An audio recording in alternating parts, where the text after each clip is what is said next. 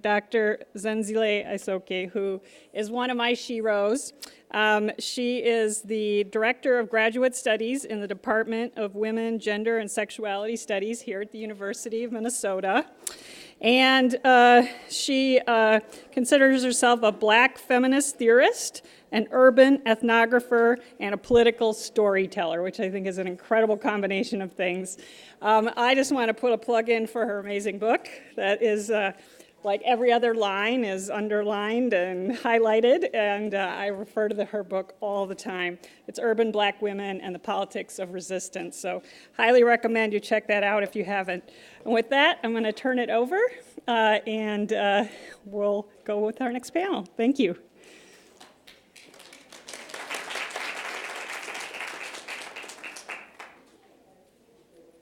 So welcome back, everyone.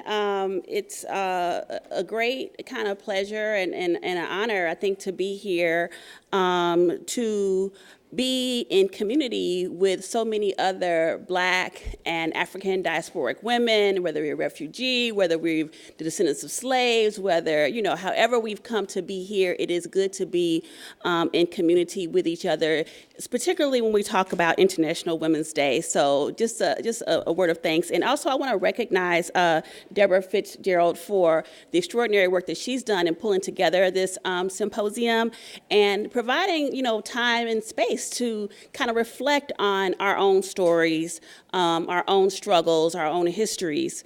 I was really deeply moved by Ifra. I don't know if Ifra's here. I didn't get to greet her. Ifra Mansour's poetry, talking about making tea and talking about, you know, what does it mean to be forever kind of homeless and out of place. And these are themes that I think are pervasive in my work, but it's very much pervasive in the lives of so many Black women, particularly Black women who are involved in freedom struggle, in various freedom struggles. So I just want to just acknowledge that. The other thing I want to say is that we don't stand alone in this moment. We stand alongside our ancestors. And one such ancestor is Claudia Jones, this revolutionary Black feminist, communist woman of the 1940s who took a very clear stand against racism, against sexism, and against classism in society. And so I think when we think about Black women's international struggles, we are really looking at the intersections of not just anti-Blackness, global anti-Blackness, as we've seen with the Trump administration, but we're also seeing the global ways in which patriarchy has damaged us, but has also given us fodder to fight and to struggle for our own freedom. So I just want to call out the names of folks like Claudia Jones, like Audre Lorde, and Sojourner Truth, and so many others. And if there are other freedom fighters, Black women freedom fighters, whether they're from the U.S., whether they're from the Caribbean, whether they're from Africa, East Africa, West Africa, Central Africa, could we call their names real quick just to bring them and acknowledge their presence in our lives? Yes. Yes. Yes. Shay, yes. More. Assata Shakur, absolutely. Others built this energy. What about your grandmamas and your great-grandmamas who made it possible for you to be here today? You want to bring them and acknowledge them in this space. Anybody, I will. Lucinda Wilson. Yes, others. Yeah. So I just wanted to open it up with those few words and just a few critical kinds of remembrances. So today, this is panel 3. And a few weeks ago when Deborah emailed me. She's like, we want you to moderate a panel. And I always get these requests to moderate panels. And this has been 2017 was my year of saying no to moderating panels. So I'm like, you can ask me to be a panelist, and maybe I'll say yes. But when she shared with me some of the folks who would be involved and the scope of what's happening today, I was like, okay, I'm going to do this. But it's International Women's Day, and it's kind of like a homecoming for me in certain ways, because I have my old friends, my old student Brittany Lewis, my colleague Anitra, Cottledge, and then also these new folks who I I don't know. So it's kind of like a reunion and a meeting and a greeting. So the panel topic of today, which I'm supposed to be introducing, is Black and Afro-diasporic female perspectives on social and economic justice, okay? And I'm going to take a moment just to introduce our panelists. And if you can just wave after I say your name or talk about you a little bit. So the first is Anitra Cottledge, who is the director of the Women's Center at the University of Minnesota. And she previously served as Director of Communications in the UMN Office for Equity and Diversity, and as Assistant Director of the UN Women's Center. She earned her master's degree from the University of Minnesota in Educational Policy and Administration, and a Bachelor's of Arts degree from the University of Missouri-Columbia. Her writing has appeared in Minnesota Women's Press, Women in Higher Education, and on blogs like Feministing and the anthology Click, When We Knew We Were Feminists. And she is also co-editor of the forthcoming volume, University and College Women's Gender and Equity Centers, The Changing Landscape. Give it up for Anitra.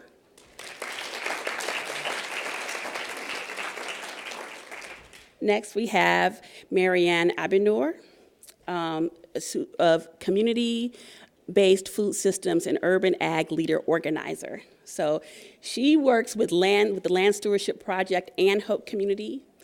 She works with a team and a community dedicated to continuing to build power and grow a healthy and local community-based food system in the East Phillips neighborhood of South Minneapolis. Give it up. She also serves on the Minnesota Pollution Control Agency's Environmental Justice Advisory Group, and she helps to advise the MPCA Commissioner on evaluating the effectiveness of the MPCA and implementing the environmental justice framework and developing community outreach and engagement strategies for EJ communities, environmental justice communities. Welcome, Marianne.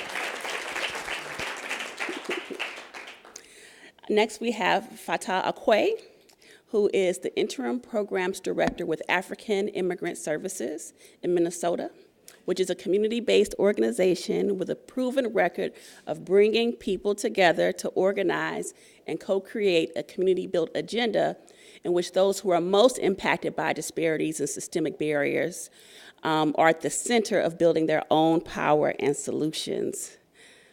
Working with IAS, she partners to create the first comprehensive resource directory for parents in Minneapolis, shaping English learner needs in the Every Student Succeed Act through her active involvement with the Minnesota Multilingual Equity Network and influencing the state's educational reform legislation on the recent data desegregation bill, among others. She's very busy.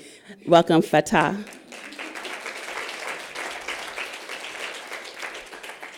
And finally, we have Dr. Brittany Lewis, who is at the Center for Urban and Regional Affairs. She's a research associate with expertise in community-engaged research, urban housing, community economic development, and critical race and gender studies. And she has established herself as a scholar committed to investigating the ways that local urban communities resist racialized gendered legacies in housing segregation, redlining, and concentrated poverty. She is the recipient of the May C. King Distinguished Paper on Race, Gender, and Black Politics in 2012, and author of At the Margins of the American Political Imagination, Black Feminist Politics, and the Racial Politics of the New Democrats, which was published in Race and Hegemonic Struggles in the U.S. with Fairleigh Dickinson Press. Welcome to Dr. Brittany Lewis. Yay. And so what I would like to do, I did send the panelists a question, but then I thought this maybe seems to be kind of really formal, since the topic is perspectives on social and economic justice. And I wanted us to start with a bit of an exercise, and I want to join the audience in doing it. And I'll allow our panelists to kind of actually to take a couple of minutes to reflect, and then they can introduce themselves this way. Okay. So if you can, just take a moment, maybe just close your eyes, and think back to the first time that you noticed injustice as a child. When was the first time that you see something as unjust or as inherently unfair? Think about that story. When did you first kind of this idea of fairness, that's just simply not fair, come into your life? So I'm actually asking you to think back to when you were a girl and the first time you saw and noticed injustice or had to think about justice. Okay.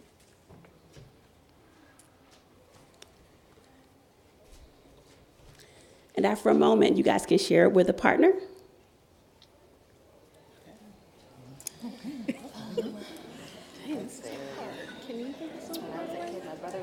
My first interaction with school system.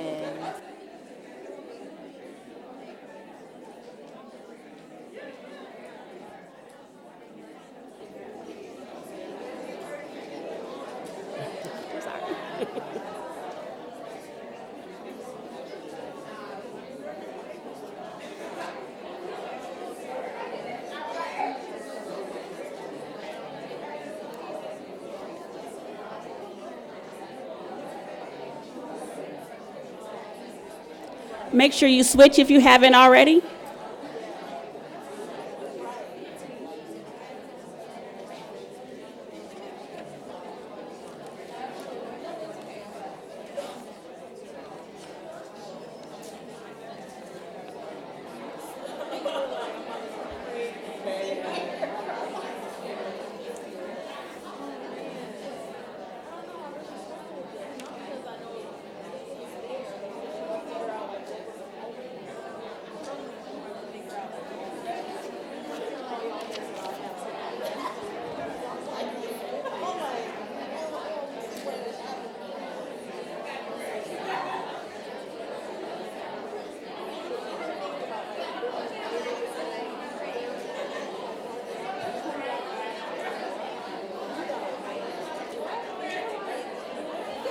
$60 seconds.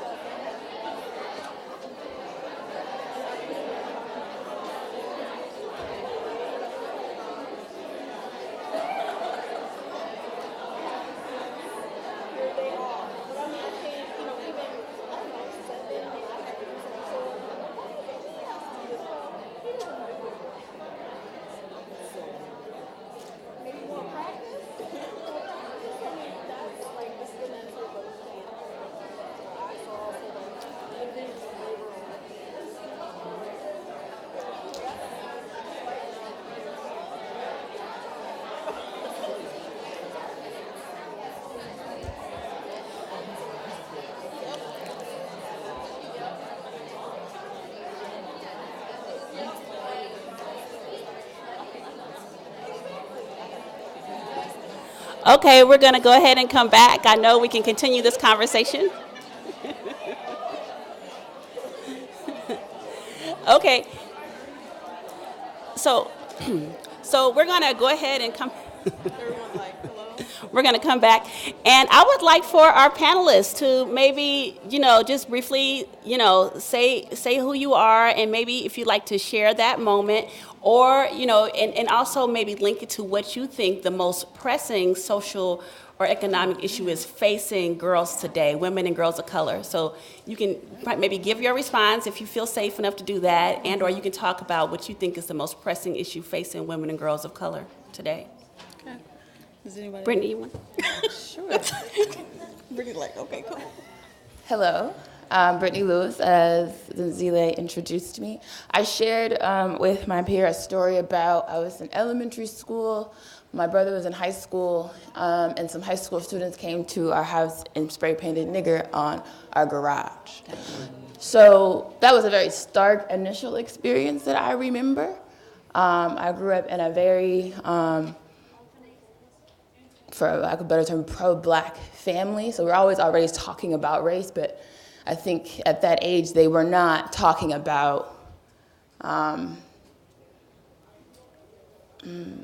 violence in that way, right? It was more about kind of uplifting me and my connection to community. So they weren't really exposing me to that as a discussion. As far as current social and economic things that I think affect Black women and Black girls most readily. I would say right now I'm working on a project at Kira on the study of evictions. I would argue that the affordable housing crisis and the fact that Black women are disproportionately affected by evictions and what's happening in our cities across the country is the impetus for a lot of other things. Housing matters a great deal. Housing affects education. Housing affects all these other systems. If you have no roof over your head or a safe place to stay and live, I would argue it trickles down all these other social and economic issues. And/or many Black women are being forced to accept living conditions that are harmful to their families and their children. So I would argue that the affordable housing crisis spurs so many other issues connected to, criminal justice system, food, and access. So yeah. Hello everyone, I'm Maryan Abinur. I was born in Somalia, in the southwest Somalia, the city of Baidoa, if you know anything about geography in Somalia, but was raised in eastern Kenya as well.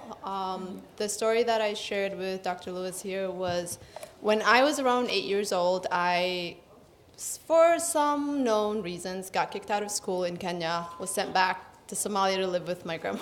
Look at that face, sorry. And I was sent back to Somalia to live with my grandmother, and my grandmother at the time lived in a place called Bardala in the farming regions, and so, which is what led me to the job that I have today. So, worked out for the best. And it did. It worked out for the best.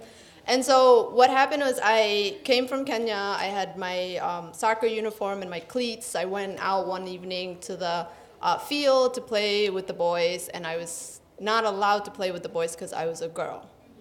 And that did not sit well with me. It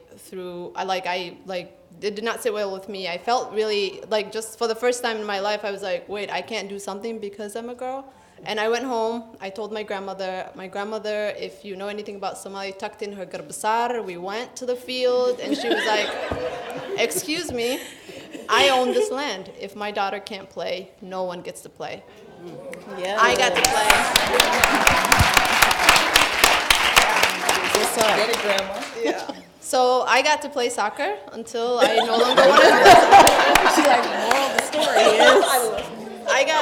So for me, that was the first time I felt a sense of injustice. And then for me, the way that when asking the question of how do you see, what is the most unjust? I think of more of a holistic approach of it's not just one point that I can say this is it. There are some points that are more critical depending on where we are at that time in history or what is happening politically and so forth. But for me, the one that I see the most is the one that's around my work, and that's access to healthy and wholesome food.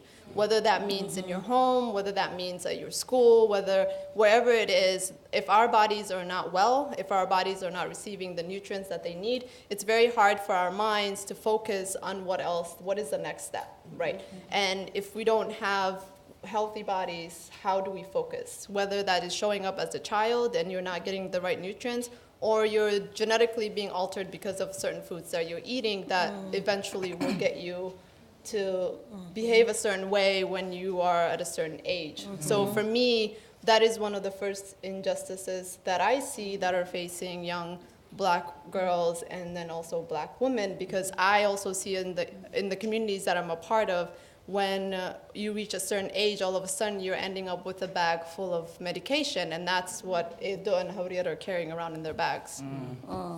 Yeah. Good afternoon, everybody. My name is Fata Acquoi. I'm the Interim Programs Director for AIS, African Immigrant Services. Liberian, born, love LIB. Is there any Liberians in the house? Woo, woo, woo, woo. Yeah, you see we're few. Yeah. I invited her. Hi. So, my story that I shared with Anitra was my transition from coming to the U.S. basically and attending school. So my first kind of look at injustice reflected in my own personal life was in Liberia. I was in the 4th grade. Some African schools call it double promotion. As you excel, you move forward based on your skills. It's not based on your age, it's based on your abilities. And when I came here, I thought I was gonna continue that path as a 4th grader, but as we enrolled my first day of school and my parents dropped me off and left me, I was walking into the 4th grade class and the teacher was like, "You're not on the list, the roster." And when I went to the principal's office, she told me, "Well, we're gonna put you in 3rd grade, and we're also gonna put you in EL classes." And I came from a nation that speaks English, and I know how to read and write in English, and I'm pretty fluent in it. And I was just confused as to why I was being treated as if I didn't know anything. And I called my parents crying, and that was the first interaction I saw the power dynamic between immigrants and white folks, when my mom said, "Well, we can't do anything about it because I don't know if this will affect our status or anything, so you're just going to have to listen." And I went through hell for about 3 years until she got transferred to another school, and my life became great after that. But that was my first interaction, and that just reminds me of that power dynamic, and that's kind of what we deal with African Immigrant Services, is activating the power in our community members to know that you can push back and you can ask questions when injustices are done to your children. And for me, when it comes to economic injustice, I'm going to focus and switch the conversation to more social. The biggest problem that I personally face with African women that's happening right now, I would say, is identity. Balancing being an African woman, the roles and duties that your families have for you, what you're supposed to do, how you're supposed to act, and fighting that with being an American. Being in America, knowing that women have more powerful roles when it comes to education. We're highly educated. We're the ones taking care of our families. We're the ones who are sending money back home. We have multiple roles and positions that we're playing, and how do we balance that? And dealing with that, it really affects the mental state of a lot of us as women, African women. How do we deal with those issues? So that's something that for me, I think is a really big issue that we're not really discussing. Yes, housing and all these great things are great, but if I don't feel okay where I am, if I don't feel peace and security, then I don't feel anything at all. So that's my take on it. So I'm supposed to follow Fata after that, but okay. Good afternoon. I'm Anitra Cottledge, and I'm the director of the Women's Center here at the university. So when Fata and I were talking, I was like, this always happens to me when someone says, "Think of a time," and I'm like, I know there was a time, but I can't think of a time. And so, I ended up talking about, though, a conversation I recently had with my mother when I was at home in Detroit, and I was telling her that she really played favorites between me and my brother growing up, and she was not hearing it. And then I had to pull the receipts and be like, "Remember that one time, when I had to do all this stuff, but somehow he just got off with, well, he doesn't have to do the dishes because he's not good at it."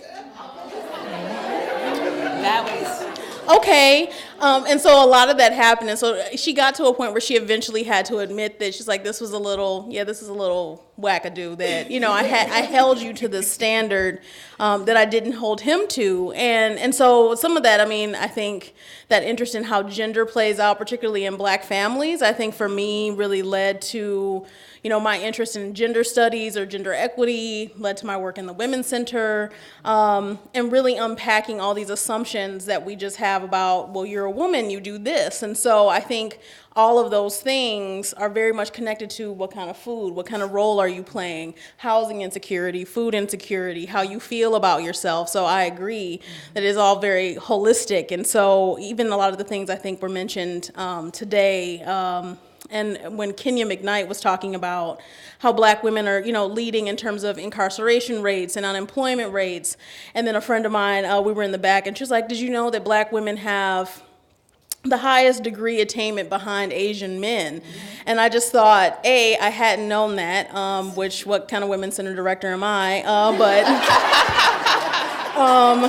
but now I have that information. But, how do we then talk about the complexities of that kind of really amazing statistic alongside all of these others that I think people have been talking about and my co-panelists are also raising. And so I'm really interested in how we talk about the complexities of those things and looking at all of these things as sort of a systemic challenge that we all have to sort of figure out together.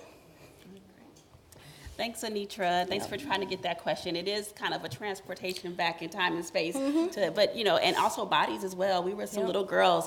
Can you imagine being a little girl and seeing nigger spray painted and how that made a person feel? But it's also this really interesting way about how these experiences also, we're able to kind of do this kind of magic where we can transform these hurtful experiences as a result of anti-Blackness into resistance. And this is one of the things I'm really excited to talk about today. So I'm going to skip around because everybody's kind of loose right now, and some of my other questions are kind of heavy, so I'm going to keep it loose, kind of loose. So as you know, the hashtag #MeToo movement has achieved international prominence. However, the most notable figures of this movement have been white and mostly upper middle class or wealthy women.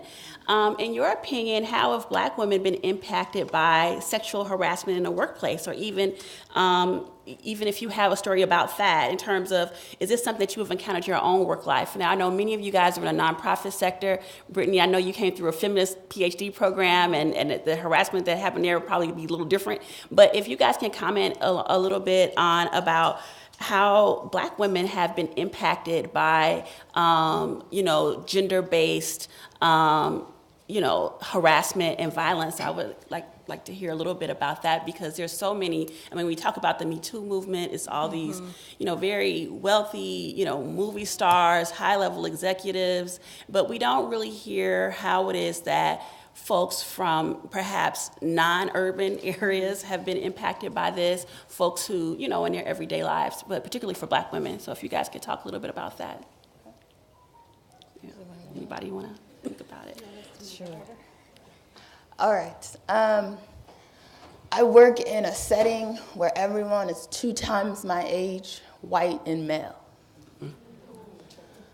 I was 28 years old when I got my PhD from the University of Minnesota.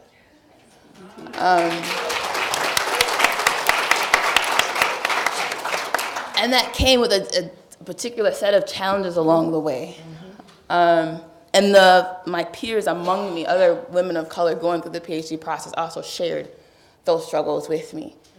I did not share this experience my peer had, where a male professor actually pursued her sexually, who actually was in a position of power over her grade.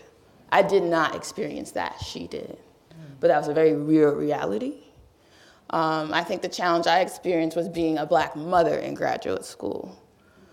I actually presented a paper on this at one point, and I was really trying to push back a little bit about it, because I had moments where I would need to take off because of my child, but I understood that for me to do that in a classroom space where I'm the only Black woman and the only Black woman with a child, the professor was going to read me and my, quote, desired commitment very differently.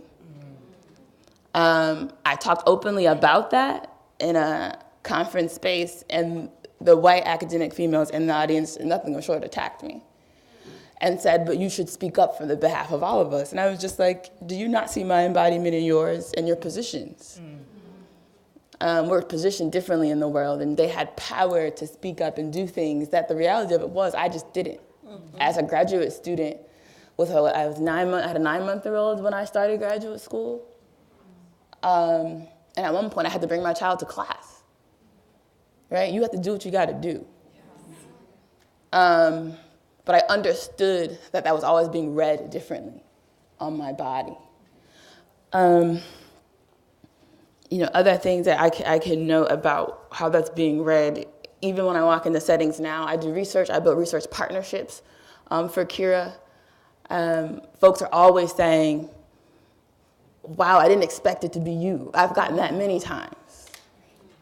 Right? For instance, my graduate assistant is a middle-aged white woman, close to 40 years of age. When we go into settings, they presume that she is Dr. Brittany Lewis. She is not.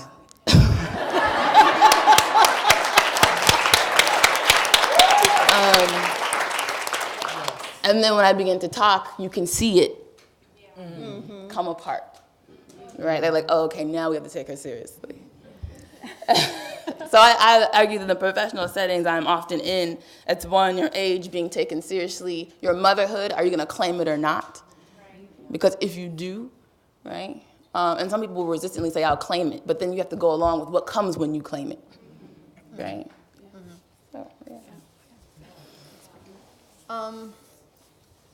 I have, for me, I think when I was reading this question, I was like, of course you see money and white bodies in the front, like as you're talking about this. But then even if you think about the movement, who started it and where it came from, it is the Black woman. And for me, I have the privilege of growing up in Africa, but I also have the privilege of growing up with some very powerful women. And today, the first thing I did when I woke up as thinking about International Women's Day was like, oh, the woman. Like, I think of the women that are in my mother's generation, and I think of them as saving us, as saving this generation of Somalis, like what they did to get us out of in the middle of a civil war and to bring about, like, when I see a black woman, but also a Somali woman, I'm always just like, somebody give her like a peace prize or something, because what she has done is, that's how I feel about it. And when I'm in a room with black women, I'm always just like, oh. But the thing is, I have also had that experience where I've been in a room where Brittany was presenting, and then when she's talking, I'm just like, there's like this moment, it sinks in, and you're like, that's Dr. Lewis. And there's like the moment when you have that. And so I think about this quote that my mom always used to say, and what she would say is, the black woman needs to be in a cage for the rest of the world to feel like they can do something, because the moment she's out of her cage, she will walk on air.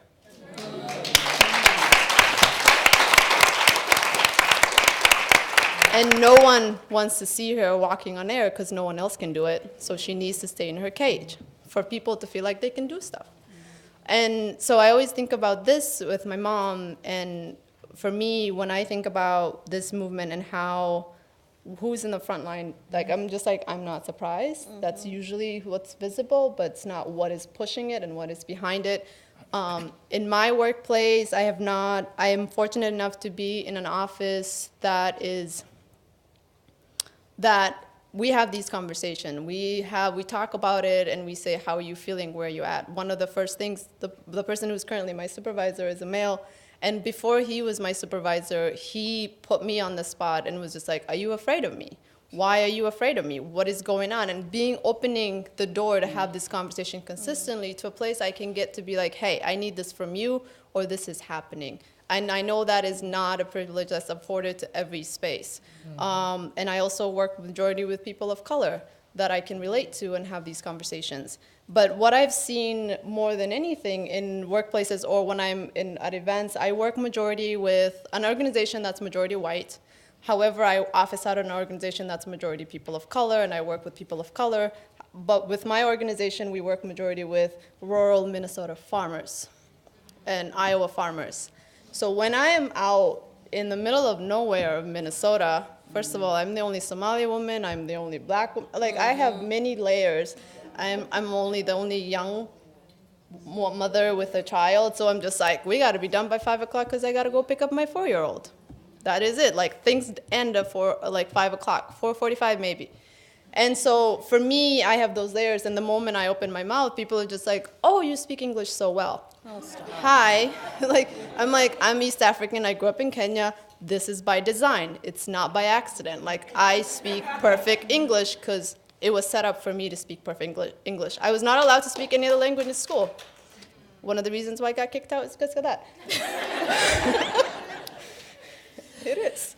And so that is where my limitation comes, because I'm always expected to know less than everybody else. I'm expected to have broken English. I'm expected to not know what I'm doing. I'm expected to, some miracle, not know about farming. And I was just like, hi. Like, hello. I grew up in East Africa. I have to keep saying it and saying it. I even had conversations with my grandmother.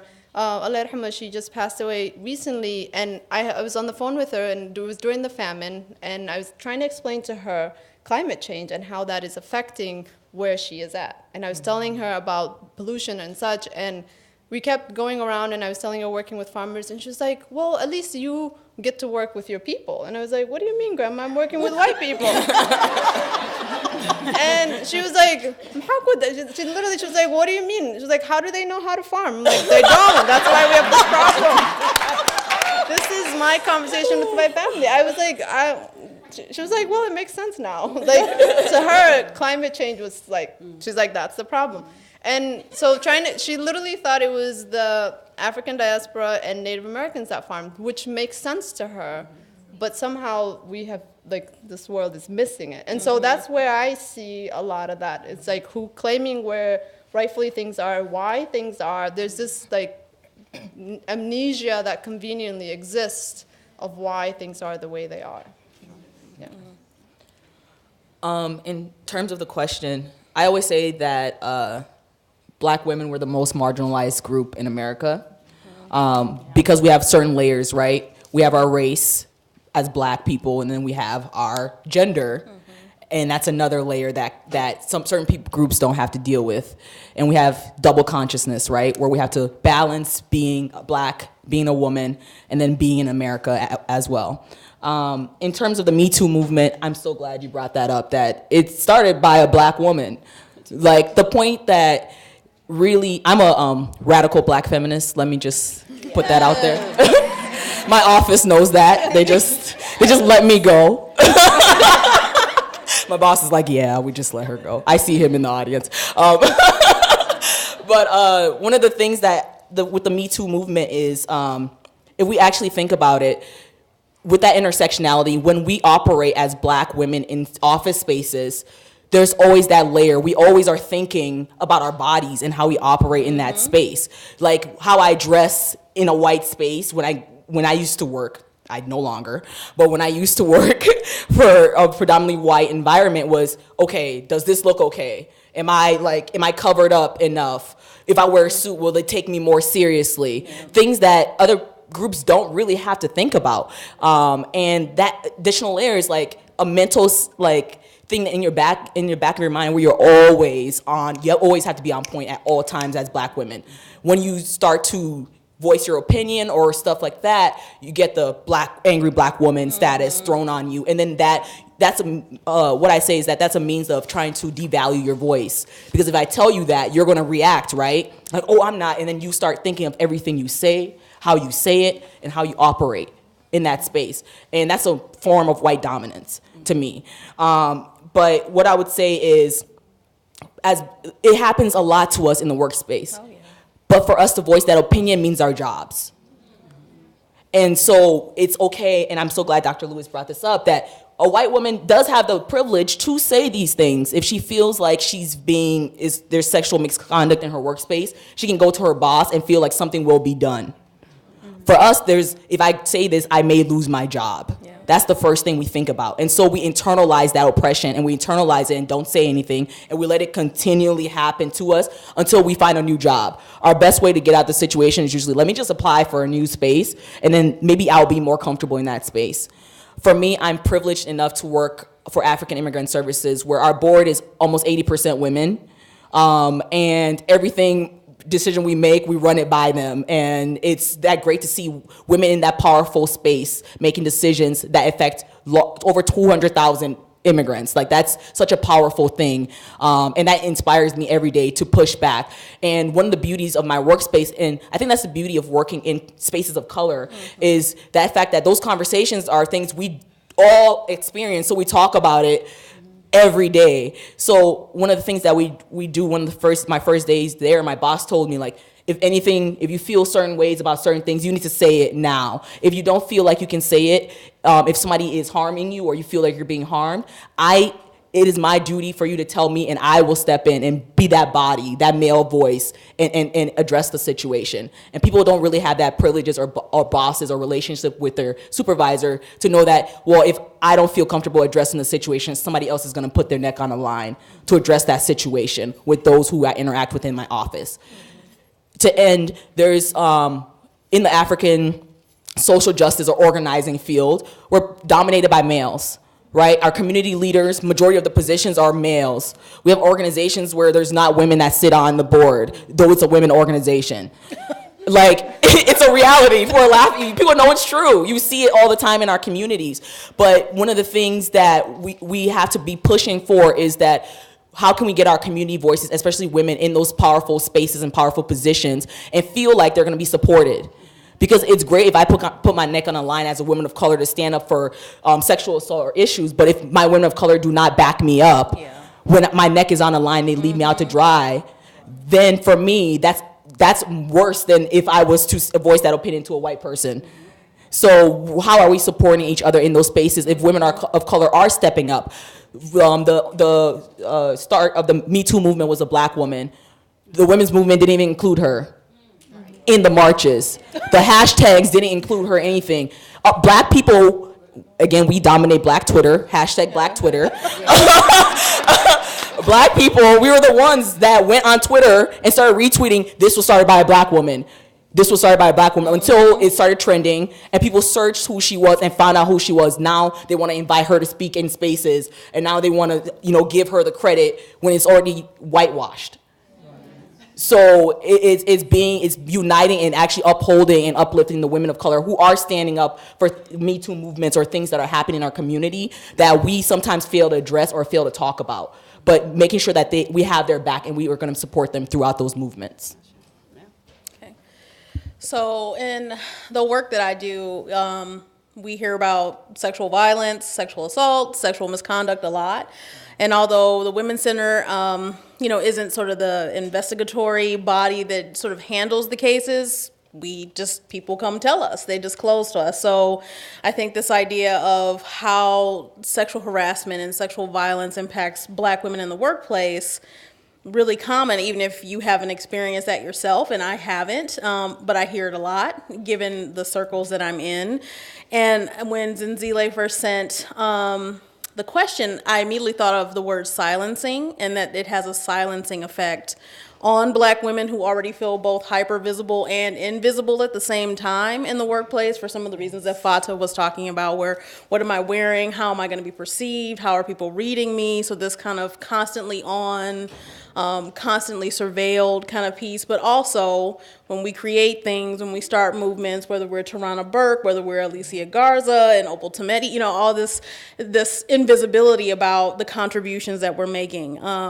And the other thing that I thought about was not just sort of the Me Too movement and sexual violence, but just the violence that I think Black women experience in the workplace. There was a year that I went through maybe a couple of years ago where I literally had about 10 different friends of mine, all Black women who worked in different sectors, whether it was corporate, nonprofit, education, who were all going through some kind of violence in their workplace, whether that was their supervisor targeting them, there were microaggressions, there was other kind of racial harassment, sexual harassment. So it was just like this weird moment where it was just literally happening to so many women at the same time, and that just made me, I think, more aware of the impact of that, where some of them are like, screw this, I'm about to work for myself. So, because there doesn't seem to be a place where I can just get another job. I'm done with that. I just, it's just too much trauma. So I think there's this whole trauma thing that we have to deal with as Black women in the workplace that people don't really talk about. And so I still have some of those friends who are still healing from that. In therapy, getting body work done, trying to go on pilgrimages. They're just like, this is horrible, and just feeling triggered by all the things that happen to them in the workplace. So I think there is this sort of silencing and dropping out effect of Black women in the workplace with any kind of violence that is unfortunately really, really common. So, I think about that and how we can, either through supporting one another, believing one another, when somebody comes to you and says, this is happening to me, not trying to make it seem like, well, if you just do X, or if you just figure this out, or you wear something different, or you say something different, how do we support people? How can we be the body for someone or back somebody up when they're just sort of out there by themselves? Because I think this too is systemic. The system is just designed to sort of, I think, see us as collateral damage and just chew us up and spit us out. And so it's something I've been thinking about a lot lately, both in terms of sexual violence, but just racial violence, gender-based violence that happens to Black women in the workplace all the time. Sure. Oh, go ahead. Another thing too is that if it is a movement about women, there is a place, right? Like where, especially talking about the bodies, right? Like when is it like safer for Black women to be the front line, and when is it safer to be the other way? Instead of just like adapting it for the white bodies, but what does it mean for them to show up in that space and honor it, but also to utilize how society sees them to get the advantage to be able to get a more equal table or a more equal like setting. And that is like one of the places like to think about. There is a place for it, but what does that look like? Does it look like you just whitewash it and then you leave it there because it's easier for you to consume it that way? Or do you show up in a way that is beneficial to the whole so that the person who is being harmed also gets that leverage that they require in order to function? Sure. And I just want to say, one of the reasons I brought this up, and it kind of vexes me, is because I talked earlier about Claudia Jones, and I drew some work from her triple exploitation thesis. But her triple exploitation was really built upon the positionality of Black women who were maids in white people's homes, and the type of ways that they experienced, gender harassment, sexism, et cetera. And I also think about who are the women who are working in hotels as maids and who are very much susceptible to different types of economic violence and also different forms of gender violence on the job. And one thing that we know is that particularly here in Minnesota, many of the women who find themselves in that positions are Latinas, they're immigrant women, and often refugee women from Ethiopia, from different parts, and those who maybe don't share the same type of privileges that we do. So it's just interesting to me how this Me Too, when you look at just how how intense the different forms of violence that are directed toward those at the bottom of these hierarchies just completely gets erased. Yep. And the thing about Tarana Burke, she was actually a good friend of mine down in Selma, Alabama, and we did a lot of organizing together, and that organizing was mostly around questions of racial and economic justice and anti-trafficking movement, and also gender justice in the context of hip-hop. But it's funny how something that a Black woman can create gets completely co-opted, and we become kind of ignored. So I just wanted to bring that in there and just pull it back full circle. All right, cool. Sorry, I had to throw that in there. All right, so let me get to the central question was this, and just I would like for you guys to just talk about social and economic justice in your everyday life. All of you guys work in areas of social justice. So tell me how you combine these, how do you struggle against these deep structural issues? So whether it's talking about food and urban gardening or farming, whether you're talking about housing, how are you getting at and addressing the crux of white supremacist violence, racism, sexism, capitalism? How are you getting to that in the root of your own work in your everyday life? That was the opening question that I kind of put off. So, and y'all can go in any order. I know you've been on the spot. That's first all time, Brittany. But you're all right. Take it. Yeah. I'd say two things: the way I go about my work, and what research topics I push our center to do. I would argue is how I take my own social justice agenda and place it into practice. So one, I believe in the idea of working with and for Black women. If we know the history of research and the colonial project that it has often not been that. Researchers come in and extract and to name, claim, and describe who you are, right? My research ethics, which is grounded in a Black feminist theoretical frame, wants to do work with and for communities, particularly communities of color, particularly women of color and Black women. I will own that unapologetically. I feel no way about saying that. Yeah. I also have speared our center into choosing research topics that affect those communities, because we're not centering those research topics as our policy imperatives. So evictions is my baby, because it is disproportionately affecting single Black mothers at alarming rates. So I think in a methodological way, that is how I impart justice. One, choosing projects that I know are affecting certain communities and making sure it's important to the research center I work in. Also, it matters that when I go into these interviews that it is me sitting there and not a white researcher not from the community and who's coming to extract. It matters a great deal. Yes. It's unbelievable how much it matters. I'm from the community. I live in the communities I'm doing the research in, and I often feel like my passions around pushing the policy agenda is connected to the work. I'm currently trying to push my center to think about what it means to produce research but then hand it off to an organizing agenda. They've never done that before, right? So then what does that mean? What does that look like? Because now what they're afraid of, and what any center would be afraid of, presumably we would be seen as biased, right? Because we're doing that research and we have to do it in a, quote, objective way, like anything really is, right? And then for us to take the research and give it to an organizer and an organization strategically to push it on the ground is a whole other role, right? That is what I think matters. I'm trying to make that happen. We'll see how well I can pull them along. The Evictions Project in particular is something I'm really, really passionate about. If you were to hear some of these stories of what women are forced to accept. I remember one story where one woman knew she wasn't gonna get housing because of background checks, etc. She chooses to move into an abandoned building, right? Take down the boards, paint the walls, right? In hopes that this slumlord who knows he can benefit from a certain population that needs this type of housing to actually, bring things up to code. He never does that, right? I did an interview in that same house. It matters that we do work with and for these communities, not to go in and extract and run. I think it also matters that they look like me and you.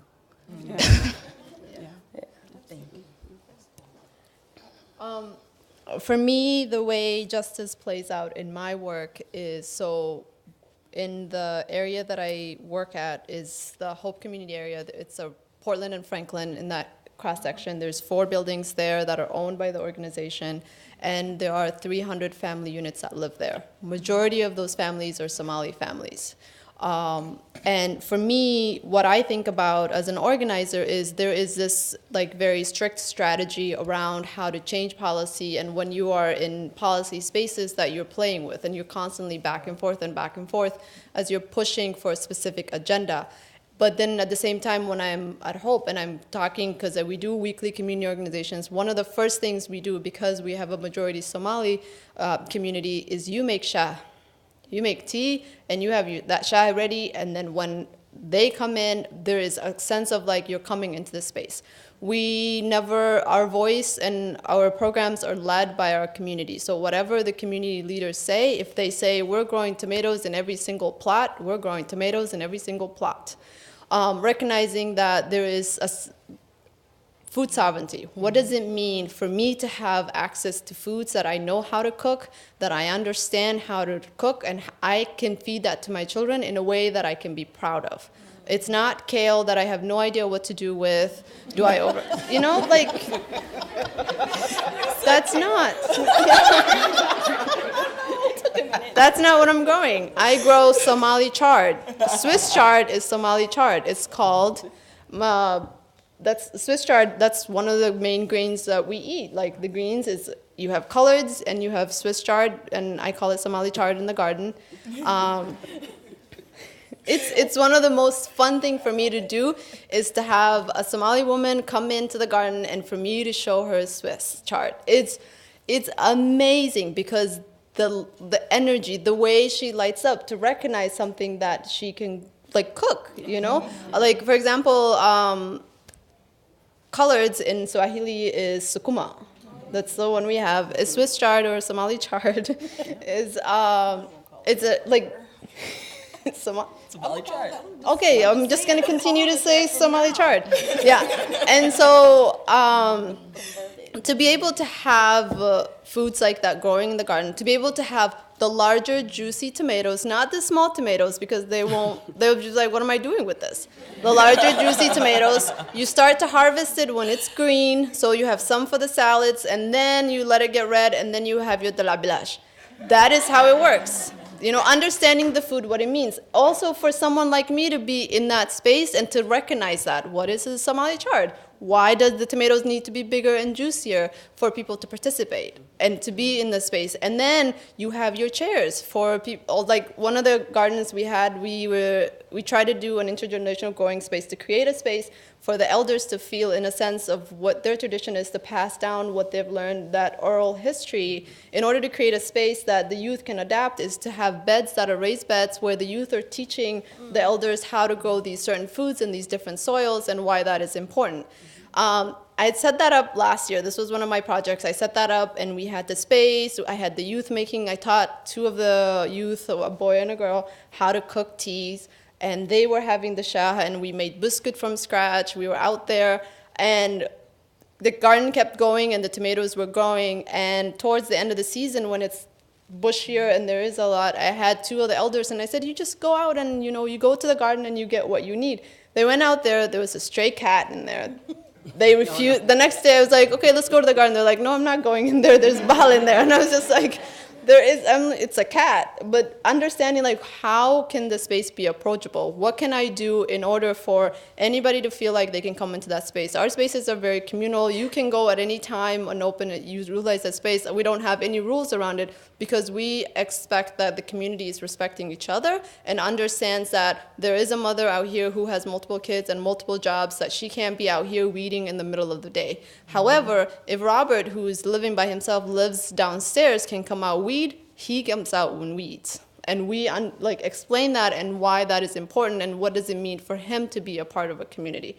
The other ways that we show or display justice and understand justice is we are not out there to question why a person is dressed a certain way. Mm-hmm. It's not your business. You don't get to decide what she wears and how she wears it. She comes into the space. If she needs her Somali chart, she needs her Somali chart. That is it. That's where you meet. We have kitchen spaces allowing for families to be able to use it when they need to use it, for them to have a place to sit, for them to have access to all those spaces.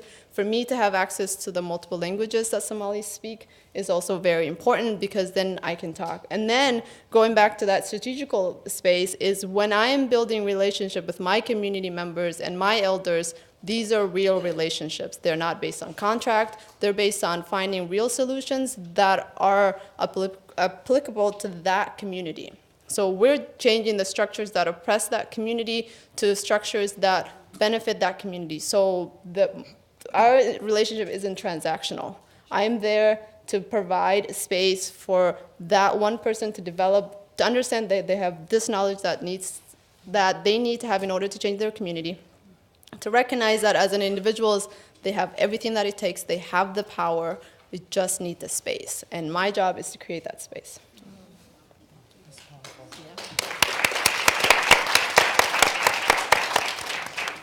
Very powerful. Everything that was said was so powerful. This was probably the hardest question. When you sent it, I was like, oh my God. This was the first question she put on the thing, and I was like, this is the first question you wanted to, so I'm glad you watered it down. But one of the beauties, I'm an organizer. So one of the beauties of what we do at African Immigrant Services is systems and policy change. Racism is institutional. Gender biases, everything is institutional. It's a system. And everything we organize around is how do we change that system? How do we influence policy and systems change to make sure that there's a commitment and there's accountability? The community can hold the system accountable, and then also the system holds itself accountable for addressing the needs of community. How do I see this operate, economic and social justice? It's in our faces every day. To the point where I go home and just shut the light off and just nobody talk to me. Let me just in organizing, you get so swept up in the work, you get so invested in your community, because I work in the community I come from. And so because of that, I have an investment. I have some my personal stake in there as well. If I don't succeed, then my community is not succeeding.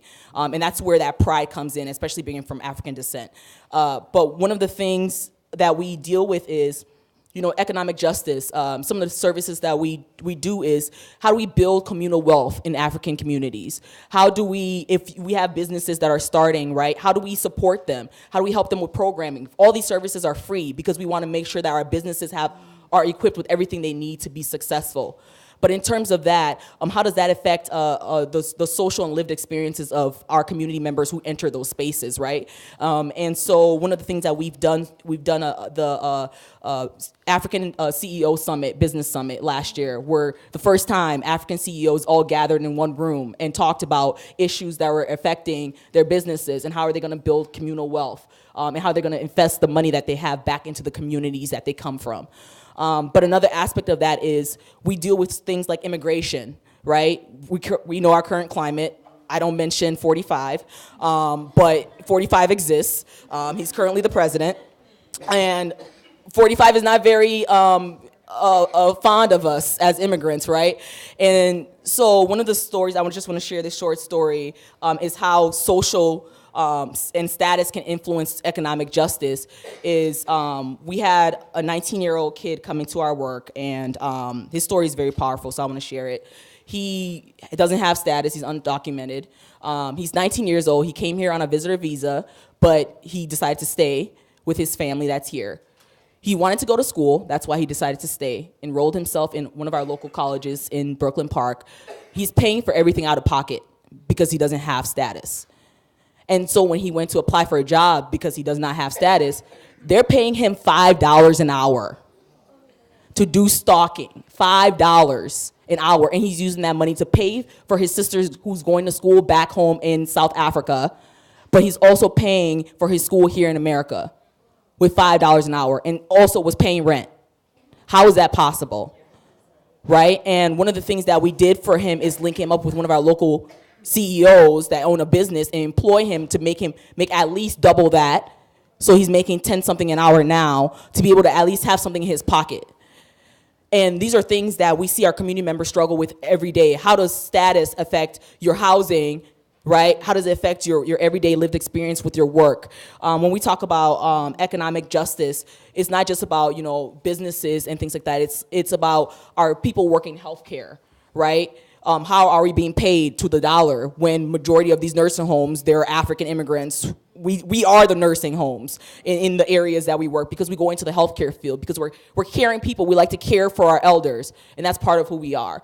And how does that apply to economic justice? Making sure that these nursing homes are paying us what we deserve versus saying that they're going to pay us what they want to pay us. And then I work, while I was hired for my position was to work on economic equity in Osceola area schools. So my focus is racial equity and making sure that the school district is more culturally responsive, especially to our immigrant population. We are 53% of the district. There's only a 5% staff of color in that district. So how are we being reflected in the district that our students attend every day? And are we being paid the same that we deserve, right? And so we work with the HR department on the type of applications that they're sending out for our communities to fill out, how to fill out the applications, and what is the pay? What is the pay rate that you're paying teachers of color coming to your system, paying him less than a white teacher coming in with less experience, right? And so we address all of these issues because they're all intertwined. You can't really isolate housing from economic justice because how are they going to pay, right? How are they going to pay that rent? If they're evicted, then that comes into the school aspect, education, like Dr. Lewis was saying. So all of these things are intertwined. And being an organizer, I immerse myself into the work so much that sometimes you have to step back and really see the full picture because as community members, this is affecting us as well. So all the work that I'm doing, I'm thinking of myself and my family and my friends that I know that are either undocumented or are going through some social or economic injustice. And you take that and weight and you hold it on your shoulder, right? And you're just the whole world is just messed up. And how can I be some change agent or how can I help? And so every day I try to de-stress and take myself away from that and reflect on the work and what actually happened today. Who people's lives did I impact, or do people feel like their lives were impacted? If I didn't do that, why was that? What was the barrier? Well, it was a system or a policy that was in place that with immigration right now, it's left to the president, basically. And if I'm trying to help my community members who are undocumented, what do you tell them? If I can't do anything for you, what do you tell them? How do they live their everyday life knowing that nobody can help them when you were their last hope that they came to you? And so those are things that we see every day in the work that I do. But what's crucial is when people step up. One of the things, one of the things that we always talk about at AIS is that we don't empower. That's not what we're here to do. We're here to activate the power that already exists in our communities. So if you're empowering, that's white savior complex, right? You're bringing the power that the community doesn't have and you're giving it to them because they're so helpless. They already have power. Our communities have assets and wisdoms and people who are enriched with the skills, but they've been stripped of those abilities. Let's be honest. And so how are we activating the power and telling them, stop watching things go by? You need to be involved. How do we activate them to actually be involved in policies and systems change? Because if we don't change systems, we can do all this great work, but the system is continuing to run its course on us, run the clock, until we all get tired and burned out, and then they're gonna come with the next set of people who have the same passions as us, and then the next set, that's what they've done for the last 200 years, so why wouldn't they do it now? So that's what we try to challenge every day. So I think a lot about the work that I do in the Women's Center, and we actually just had a staff meeting where we were talking about this, about often people, I think, see Women's Center work as being a really white thing, see our previous conversation about the Me Too piece. And, you know, I'm really honest about traditionally it really has been a bunch of white middle-class women sitting around talking about some stuff, you know, moving things along in some ways and sometimes not moving things along. And so, you know, for me, I'm not really interested in doing any kind of justice work, gender equity work without an anti-oppression lens. And so it really is like a pet peeve of mine when people get in a room or they want to make some kind of systems change and people start talking about like campaigns and awareness and the empowerment and all the things. And I'm like, are we going to talk about power? Are we going to talk about privilege? Are we going to talk about how systems impact different folks based on their identities and the systems that are connected to those identities? And so, you know, I feel like I have to bring that into all of my work, whether I'm talking about leadership development, advocacy work, trying to move some sort of policy. I'm just uninterested in talking about any of this without some sort of power analysis. And so that's one thing. And I think, you know, for me, we were also having a conversation about programming or things we might want to do in the Women's Center. And sometimes we get questions about, well, why is the Women's Center doing this thing over here? And so I'm thinking about our upcoming Indigenous Women and Women of Color Student Summit later on this month. And one of the breakout sessions is about imagining a police-free world. And so, you know, we got a question from someone about, what does that have to do with gender equity? And so then we have to take them to school and explain what this has to do with gender equity. And, you know, we have to then break it down and it's more information than people ever thought they wanted. But, you know, for us, we see that as being very much intimately connected with gender equity work, thinking about police abolition, thinking about the way that the state and the violence of the state impacts women and femmes and queer people and gender nonconforming folks. And so we see all of these things, imagining a police-free world, colorism, anti-white supremacy education as being very much connected to the work of the Women's Center and our gender equity lens. So for me, that's one of the ways where I bring, I think, a social justice lens to how I see the work. And I think I'm really lucky to also have a staff and lots of campus and community partners who also see the work that way. And I think that's where gendered work has to go in order to be really effective. It's no longer effective for us to just talk about things that we think, you know, only affect women and only certain groups of women in very particular ways. I think we have to start talking and really walking the talk around intersectionality, which in so many of the circles that I'm in, everyone loves to just drop it. There was some conference that I was at where I was like, this is like a drinking game. Every time I hear the word intersectionality or decolonialize, I was like, okay, yes, take a shot. I mean, I would have had alcohol poisoning if that was really a drinking game. But then, you know, when you're in these spaces where you're asking these real questions about power, about, you know, some of the things that I know that Brittany was talking about too, and, you know, experiences that she's had, then there's silence. So you've talked about intersectionality, and then sometimes when people don't even know who Kimberly Crenshaw is, I just want to, like, girl. And so how are we really making this a part of the work? And that means that usually the way that we work has to change, the pace of the work, how we approach the work, how we build the relationships. And so for me, that's really how the social justice and the economic justice too comes into how I do my work every day.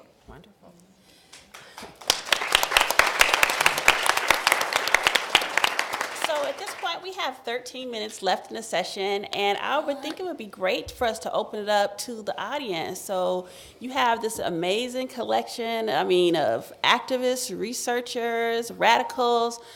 What do y'all have for them? Okay, next. Right here and then over here. Okay, yeah. All right, cool. Oh, there's. Okay, thank you so much. Okay. First, just wanting to express my deep gratitude for this panel and just for this day in general.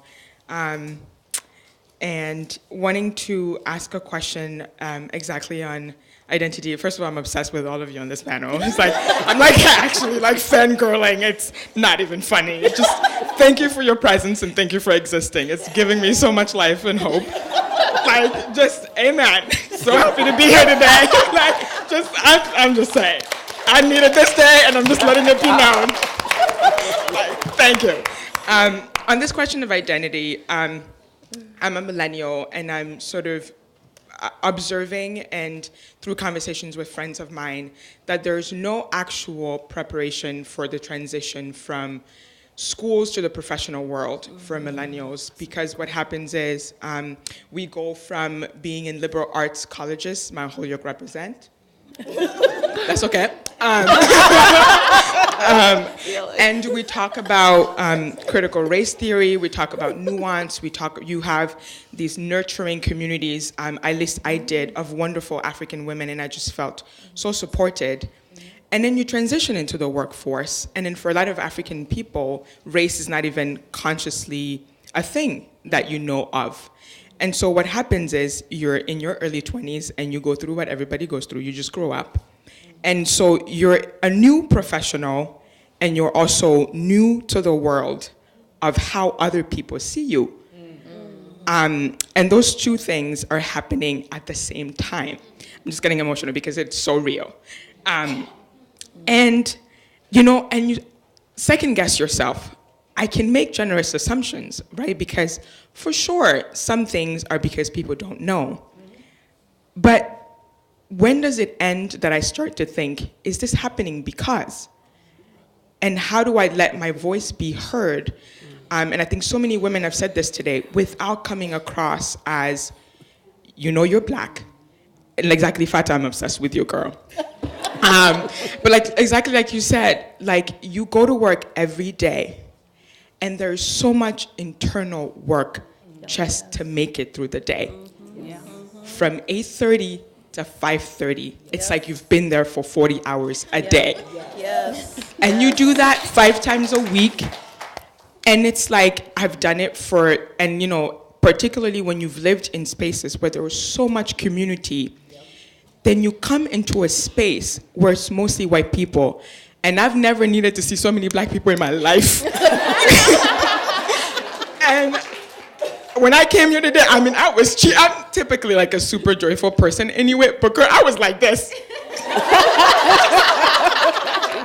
So happy to be here. And I have never had this feeling, but I have been so deprived of it, and I never knew how much it was affecting me. But as I'm sitting here, and I am just like, wow, this is what I'm missing every day, and I didn't even know. So y'all help a sister out. Give some advice, suggestions, because, and I just want to mention this piece because the question is, why do I stay, right? And the reality of being an African immigrant, a child of African immigrants, the financial responsibilities, black tax, thanks Trevor Noah, but it's real that we support our families, but we also don't come from cushion. So if I'm thinking about graduate school, yes, I'd like to quit because actually it probably would be better for my mental health. But then I look at my bank account and I'm like, real? And I'm like, girl, sit down. So, okay, I'm done. Just thank you. Take it away.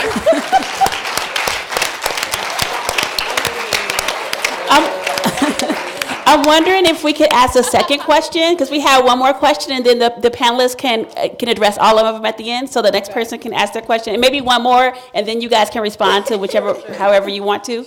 Yep. She kind of hit the coffin on the nail. But basically, my other question is like, what kind of keeps you guys, going and keeping motivated to just continue the work you're doing and not giving up? Do we have one more? Okay. There's a lot. So how do we keep surviving? Yeah, Fatu, I do recognize with you because I am a community organizer, and I do carry that burden when I go home with it, and I feel like I should fix it, even though I know I can't fix it. How do we encourage, for example, an African woman? We have positions that are open in our jobs, and they don't want to take the leap. They'll say there's a manager position, and they'll all look at each other, and they always assume that, it's going to go to a white person. But how do we encourage our women to take that leap and say, I'm just going to go for this and do it, And how do we encourage our women to participate? Because you can create all these programs, but then, they don't. You create a thing, they say, we need this, then you have 10 women turning up, Or you say, we need, for example, you're planting things. I've thought about it. I'm like, this would be something to bring the women together. And then you put something together, you run around, you get all this plot, and then you have 3 women participating, yet you went through so much to get that for free so that they could come and get together. I'm struggling with how do we really get these women to see that we should do this and it's fun. We should be on the table. For me, is if you're not on the table, you're not in the menu. And if you're not being listened to. Yeah. Things are being passed on your behalf, which doesn't even work for you. Looking at it with so many things that are being passed right now, and you look at it and you say, if all the women sat down and said something, this would not even have gone through. Mm-hmm. So how do we, I'm just struggling with that, and I wish I could get something to just get them out of there. Sure, do you guys want to take a stab at any of those questions that you want? Yep. Okay. Do you want to go? You're going to have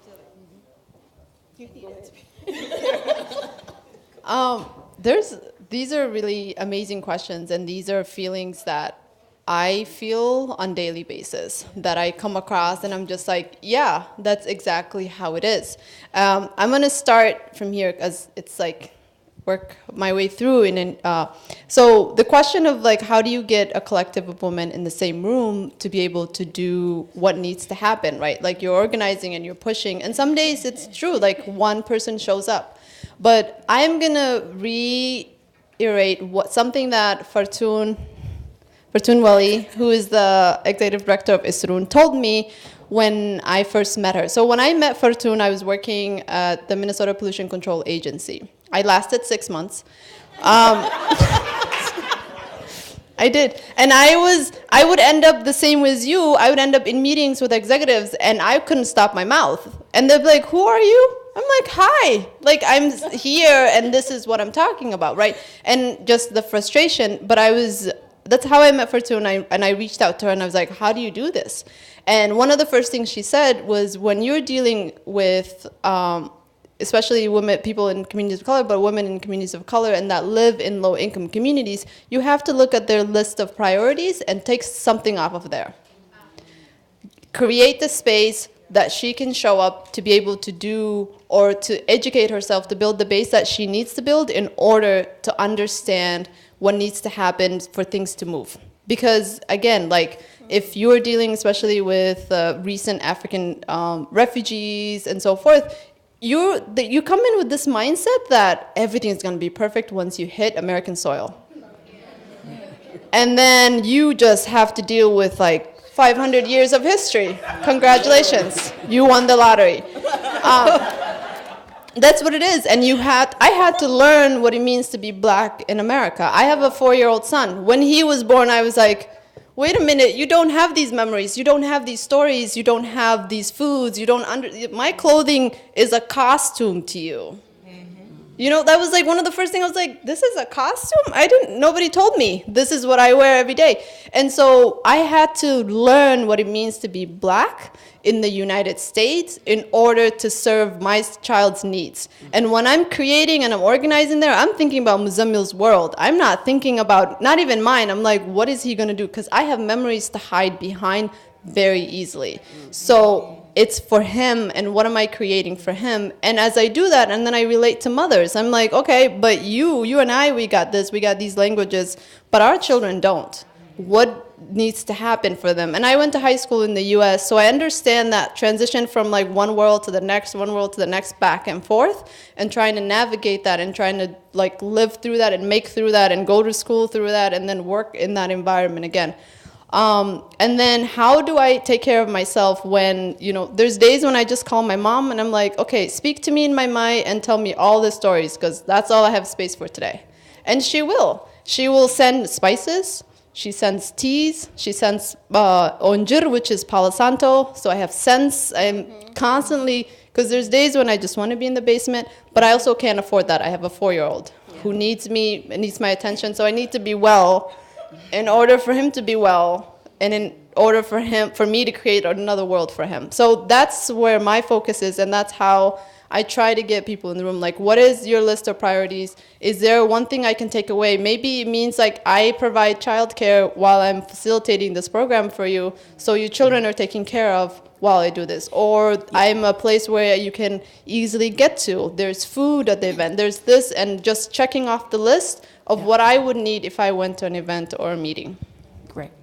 Did anyone else want to take, we had 3 questions. Anyone else want to take one? Yeah. In terms, I can just sweep through it real quickly.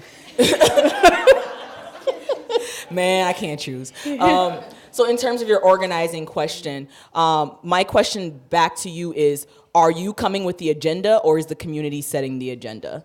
Because that's the crucial things. As organizers, we get very swept up in this, I have this great idea and I think my community will benefit for it, but at that moment, that may not be your community's priority.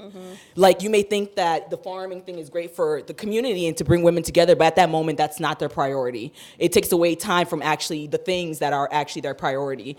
And one of the things that we do organizing, there's these terms that we throw out, but one-to-ones, having individual meetings with women in the circle or families. Actually, I separate this where I meet with each family individually that I interact with and have these personal conversations, not about what I want from you, but what do you need? Like, what are things that you need to be effective citizens? What are things that you need to take the load off? What are things that you need that are services? And then I find common themes that went across the board from these certain groups, and then I set that as my organizing agenda. That's the best way, because then there's collective accountability. If you said you wanted this, and now I'm saying here's a solution to 1, 2, and 3 that are your priorities, automatically you want to be included in the solution. So that's what I always say, prioritizing our community as assets.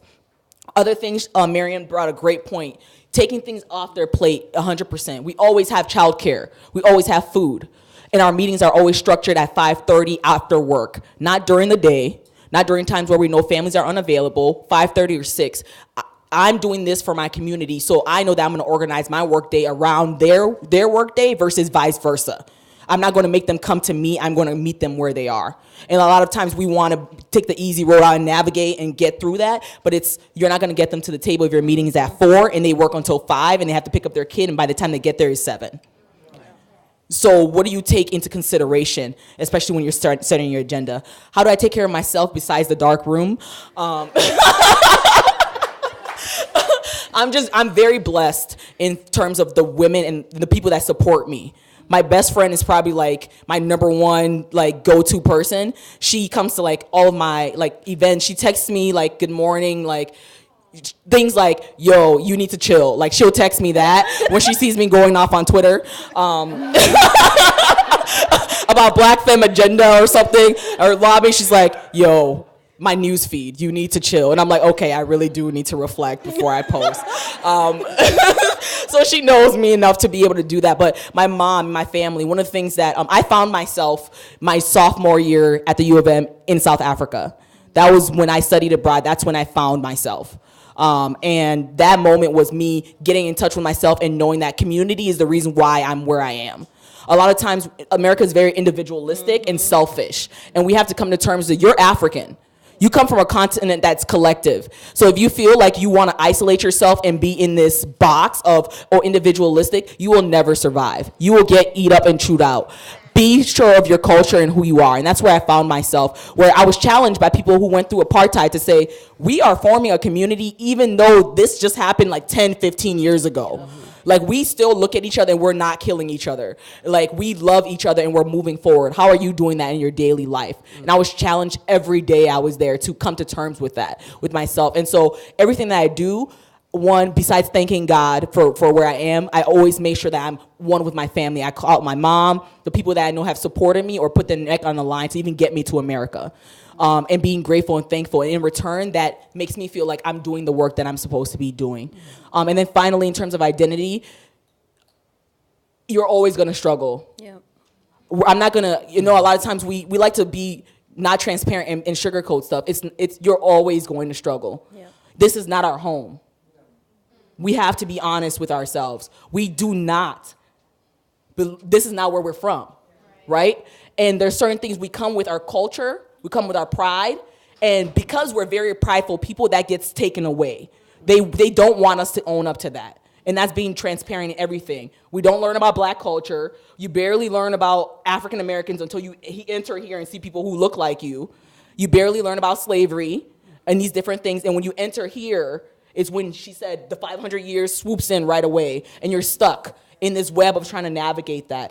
And so I think the best thing of how I got through school was connecting with people from the continent, connecting with people who I can find some subculture to relate to. So I created U of M students, I was part of Black Motivated Women, where we empowered Black women on campus every day. Like, girl, you got it. Like, whatever you're doing, I don't know what it is, but you got it. Like, that's all we said to each other, but it worked.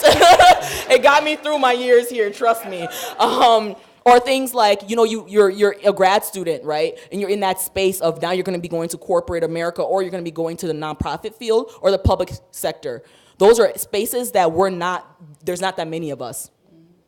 And connecting with other people that look like you or other people of color is what I always do in my workspaces. I used to work for the DFL. I used to be one of the regional organizers for the Hillary for America campaign. And one of the things that I didn't find a home in, I only lasted 6 months. I really did. The only thing I didn't find home.